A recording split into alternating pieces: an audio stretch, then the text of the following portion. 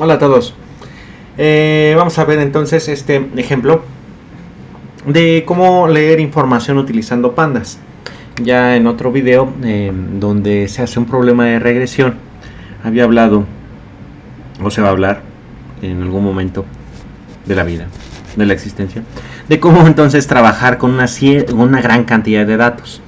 Esto nos remite entonces a lo que actualmente se le llama ciencia de datos. Esto de ciencia de datos se está desarrollando bastante, es un desarrollo bastante interesante de cómo se están utilizando esta habilidad que tienen las computadoras y sobre todo la enorme capacidad que tienen ahora entonces las computadoras para poder realizar entonces el manejo de grandes cantidades de información sin tener que sufrir tanto como anteriormente, ¿no? Donde se manejaban memorias de 2 megabytes, ya tener a lo mejor 128 megabytes era una cosa brutal, ¿no? O tener discos de 3,5 o de 5 1/4 que eran relativamente pequeños, ¿no? Ya cuando se tenían unos de doble densidad, de alta densidad, pues era una maravilla, pero actualmente ya tenemos valores de discos duros o de dispositivos de almacenamiento masivo que caben a lo mejor en una mano, que tienen valores de gigabytes, de terabytes, y por supuesto ahora que se tienen los datos o que se pueden manejar una cierta cantidad de datos en la nube o en internet, que son muy grandes, ¿no? O sea, ya estamos hablando de terabytes, yottabytes, petabytes, ya valores que nos va, a lo mejor el cerebro humano ya no puede procesar sobre esa cantidad de datos que se manejan día a día. Entonces, esto de ciencia de datos no tiene tanta complejidad si se le ve de manera muy sencilla, pero ya de una vez que se va uno acercando a ellos, la gama de posibilidades que se puede hacer y la gama de cosas que se encuentran en esto es enorme, una gran cantidad de cosas que se pueden realizar con estos datos, desde predecir a lo mejor los resultados de una elección, predecir el comportamiento de los mercados, predecir el comportamiento de los precios, predecir qué también va a ser, qué también va a jugar nuestro equipo el día de mañana, predecir el clima, bueno, una cantidad de datos que nos pueden entonces ayudar a poder realizar estas predicciones.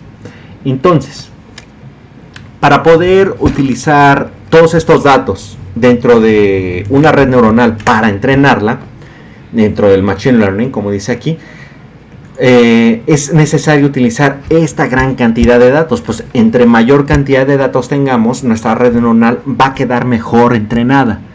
Ya no se le va a ir nada. Valores totalmente improbables a lo mejor aparecieron de repente y a lo mejor ahí aparece con un valorcillo.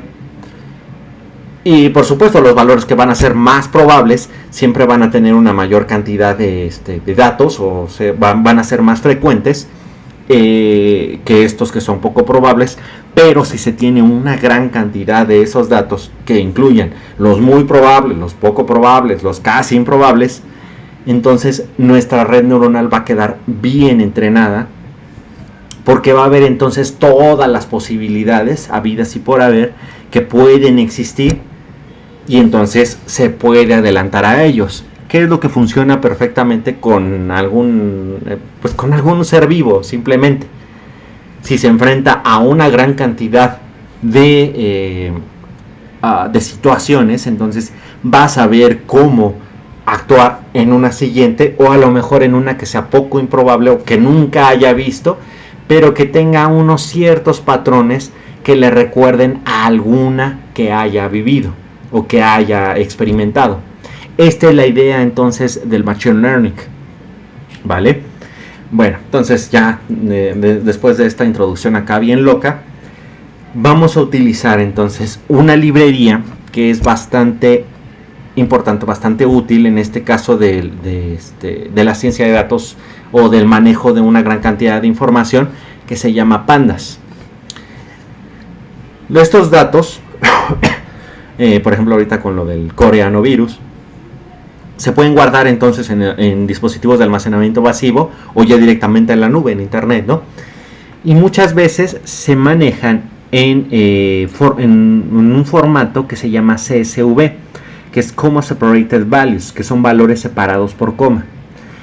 Estos valores entonces van a ser archivos de texto plano, casi no ocupan espacio a pesar de que son una gran cantidad de datos, pero son simple y sencillamente entonces valores numéricos que la computadora entonces interpreta como cadenas, que simple y sencillamente entonces van a ser una serie de datos de 8 bits cada uno de ellos.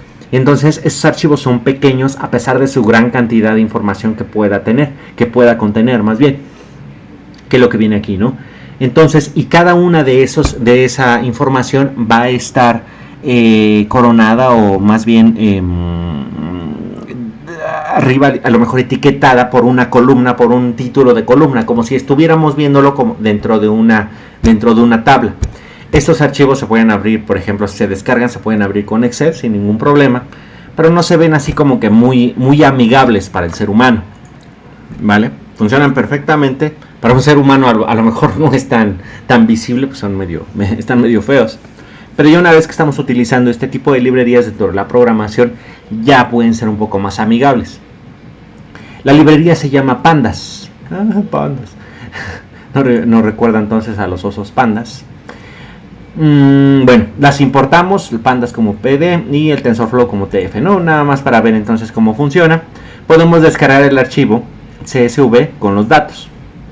Entonces, si a lo mejor ustedes tienen esta información que está aquí dentro de esta, que está guardada en la nube de Google, APIs de Google, tenemos entonces este archivo que se va a guardar o que lo vamos a descargar dentro de este, que se va a llamar heart.csv o corazón. Y entonces esta variable va a estar apuntando directamente entonces a ese archivo, ¿no? Estos datos se van a guardar a lo mejor de manera temporal, pero los vamos a tener ya descargados de manera cruda, se les llama raw, o que va a estar apuntando a este archivo, ¿no? Después entonces leemos el CSV utilizando pandas. spd.read CSV dentro de utilizando entonces esta variable que está apuntando a los datos que están guardados aquí, que descargamos de acá. Mírenlo. Aquí por supuesto también lo pueden ustedes descargar o pueden leer directamente de un archivo que esté en el disco duro, pero muchas veces estos archivos están en internet, se pueden descargar sin ningún problema. Se descargan, entonces se asigna entonces a esta variable y ya lo podemos observar. Podemos utilizar dos funciones, head o tail. Head nos va a permitir entonces ver los primeros datos de todos los que nosotros hemos descargado. En el caso de tail nos va a nos va a mostrar, los últimos datos de todos los que descargamos, ¿no? De todos los que pertenecen a este archivo de datos. Y esto ya es un poco más observable para nosotros. Vamos a tener entonces los valores de edad, el sexo, esto no sé qué sea, pero bueno, vamos a tener unos ciertos datos que están, como decía anteriormente, delimitados entonces por unas ciertas columnas, por unos ciertos títulos de columnas, y pues ahí están, ¿no? Ahí los vamos a tener. La mayoría son numéricos, pero también pueden existir valores que están etiquetados por una cadena de texto. Podemos observar los tipos de datos y vemos que todos son enteros de 64 bits. Este es flotante de 64 bits, este de aquí, y un objeto, que puede ser una cadena de texto o alguna otra variable, ¿no? Pero bueno, lo tenemos entonces aquí como objeto. Ahora, si esto no lo queremos entonces nosotros tener como objeto, podemos cambiar esta columna identificada por el encabezado tol o thol, que es un objeto que lo que nos muestra aquí, a un valor numérico discreto, ¿no? Entonces lo que vamos a utilizar es, de pandas vamos a usar la función categorical, donde esto lo vamos a convertir a unos ciertos códigos. Entonces estos valores que pandas vaya encontrando les va a asignar de manera automática un número. Entonces, por ejemplo, para fix le va a asignar un 2, para normal le va a asignar un 3, para reversible le va a asignar un 4 y estos van a ser normal. Nos va a cambiar ahora los datos de un objeto, de una cadena de texto o otra cosa a un entero de 64 bits que puede ser mejor entrenado a una, ¿cómo se dice esto? A una red neuronal, algo de Machine Learning con el TensorFlow. Como ya había, como está también en algún otro video donde se está haciendo el análisis de textos para, estos eran de películas, para ver qué tan buena o mala era la película. Todos estos textos, si observan ese video, van a revisar, van a checar que todos los datos de cadena, que por supuesto entonces van a ser las reseñas de las películas, se cambian o se tienen que cambiar a unos valores numéricos. El detalle está en de que las cadenas no son muy bien tratadas por las computadoras. En el caso, a diferencia entonces con los valores numéricos y sobre todo con los valores enteros, que son perfectamente reconocibles entonces por una computadora. Entonces las va a tratar perfectamente. Si van a tener entonces estos datos categóricos o de cadena de texto o algo así, lo preferible es utilizar entonces estas funciones para cambiar entonces las categorías o para categorizar de manera numérica, cambiar entonces los valores a números técnicamente y ya tener entonces todos los datos de manera numérica. Vamos a utilizar entonces esta función del dataset para leer los valores de los datos. Vamos a crear entonces ahí unos grupos de datos, sets de datos que sean altamente eficientes y vamos a ver entonces, podemos tomar los valores etiquetados con alguna de estos valores. Por ejemplo, si revisamos estos de target, los podemos sacar y tener entonces aquí en en una nueva lista, ¿no? Tenemos aquí entonces ya la lista que se llama target, que tienen solamente valores de 64 bits. Después, en este caso, ya una vez que hemos manejado con pandas y tenemos los datos aquí, sacamos estos valores que son a lo mejor lo que nos está interesando predecir o realizar algo con la red neuronal. Los sacamos, les hacemos pop, así. Obtenemos un nuevo vector. Esta cosa ya nada más nos va a quedar hasta acá. Este va a ser un nuevo vector. Y ahora sí, vamos a obtener de este set de datos, vamos a obtener un pares que van a ser estos valores junto con los valores objetivo. O sea, técnicamente estoy regresando estos datos que les hice así a la tabla, pero ahora los estoy haciendo entonces como en una especie de pares, donde van a ser todos mis valores y ahora cuáles van a ser mis valores objetivo. Por eso se llama target, ¿no? Y de esta forma se crean entonces los tensores que se van a meter al TensorFlow. Por esa razón se llama TensorFlow. Los tensores, creo que ya lo había mencionado en uno de los primeros videos, que van a ser esos sets de datos multidimensionales que se van a poder entonces trabajar con esta herramienta, ¿no? Vamos a ver entonces aquí el rango que estamos obteniendo, de qué tipo está funcionando. No va a ser una función de TensorFlow, datos de Python. Bueno, nos está mostrando ahí ya algunos valores y las clases que está tomando este set de datos. Podemos entonces recorrer los valores obtenidos, nada más 5 con este for, y vemos entonces aquí cuáles van a ser mis características y mis objetivos.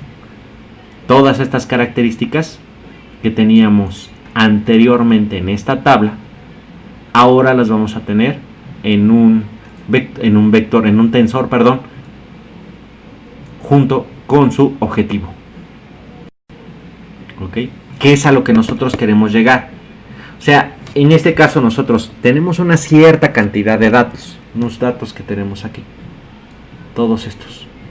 Pero este es nuestro objetivo. Queremos utilizar la red neuronal o el Machine Learning para que si cuando ingresemos todos estos datos me dé este valor.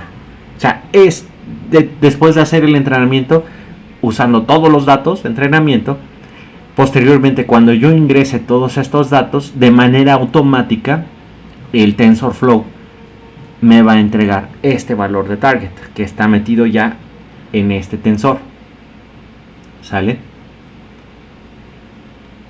Ahora, si se dan cuenta, entonces lo que estamos haciendo es de pandas. Pandas lo que nos está ayudando de manera muy sencilla es obtener de un archivo CSV, de los valores separados por coma, nos lo va pasando entonces a una tabla, lo podemos ir manipulando de manera sencilla para cambiar, por ejemplo, estos valores a valores numéricos.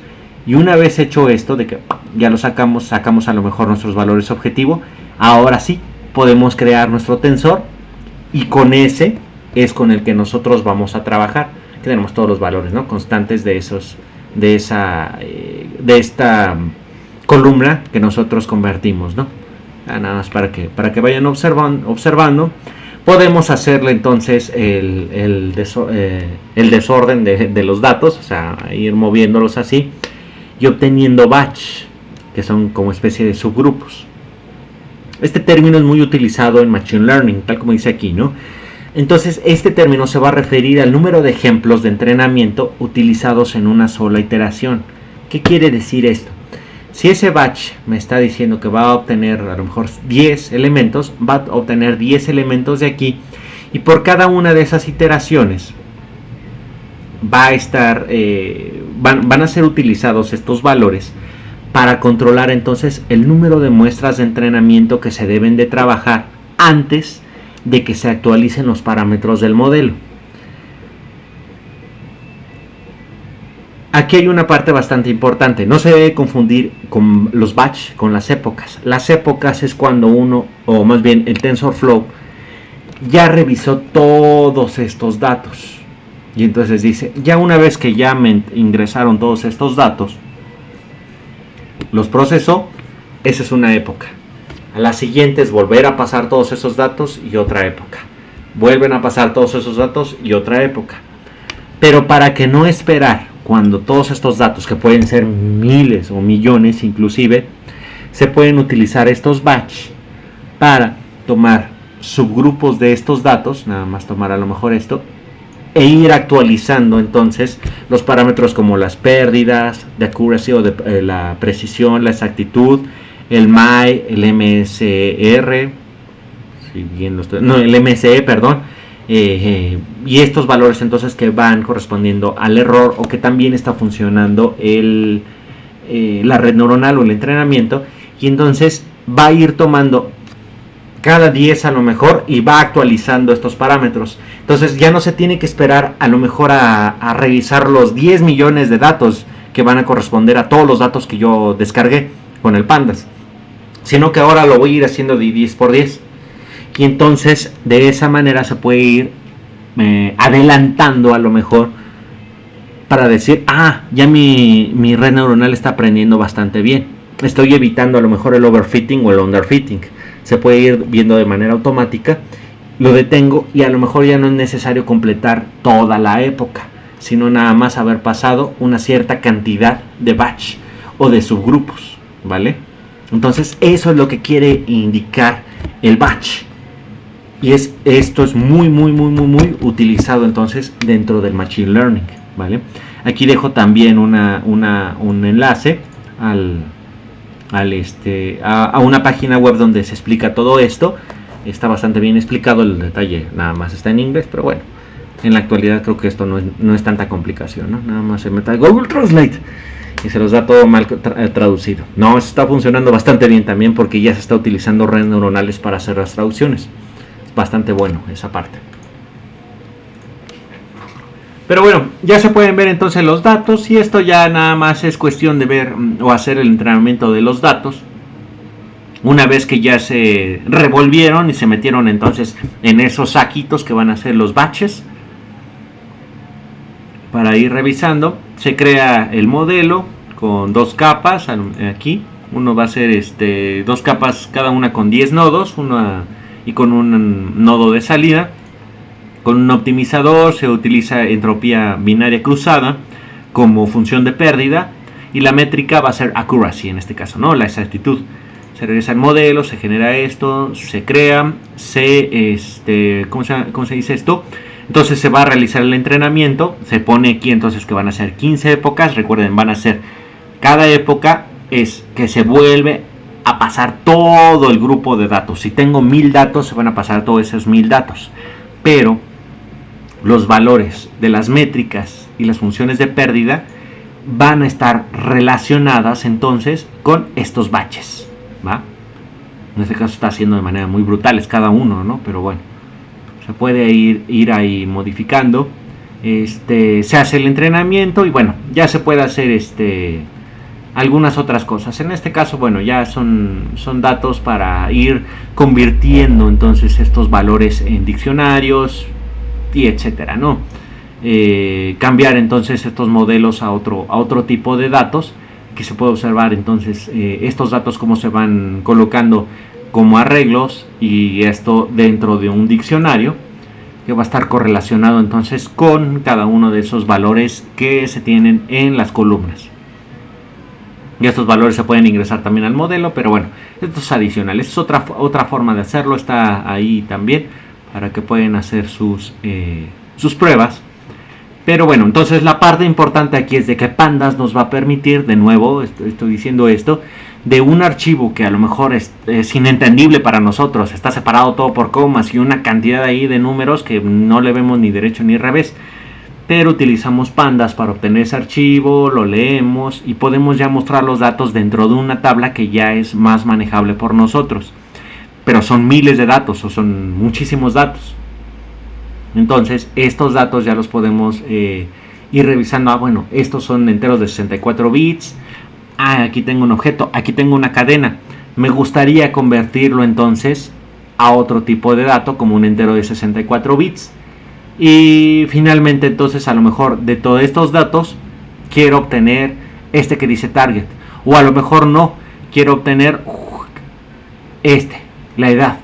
Y entonces aquí se va a sacar un vector de esto donde va a estar la edad, y después se va a crear el tensor que va a ser técnicamente esta tabla, pero teniendo esto como valores de entrada y como valor de salida. Eso es lo que corresponde a esto, ¿vale?